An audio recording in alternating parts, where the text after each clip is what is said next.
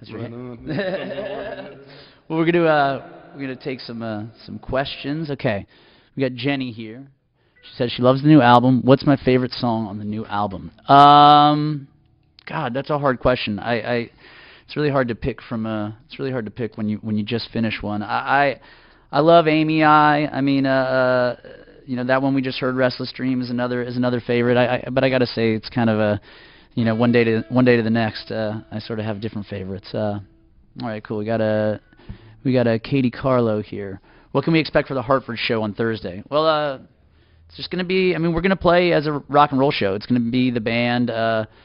It's going to be the band playing our band set, but you know, as you know, in a lot of the Jax records, there are strings, and there are lots of different accoutrements and different instruments, and we sort of are building out the orchestra as kind of our it's kind of making it an even bigger rock and roll band.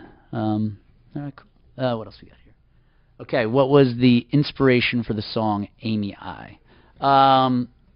You know, it's funny.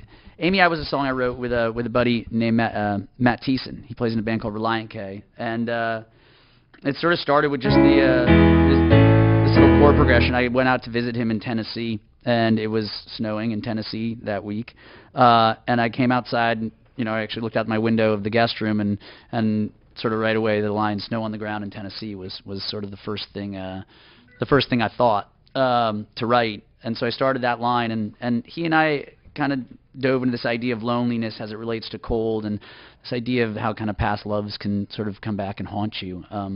That's kind of where that one came from. I don't know if should we do that one now, since it's kind of on our list to do. Yeah, have a for that. It's gonna be great.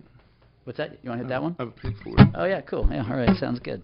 Yeah, so we'll play you Amy I, and then we'll get back to some more of these here questions.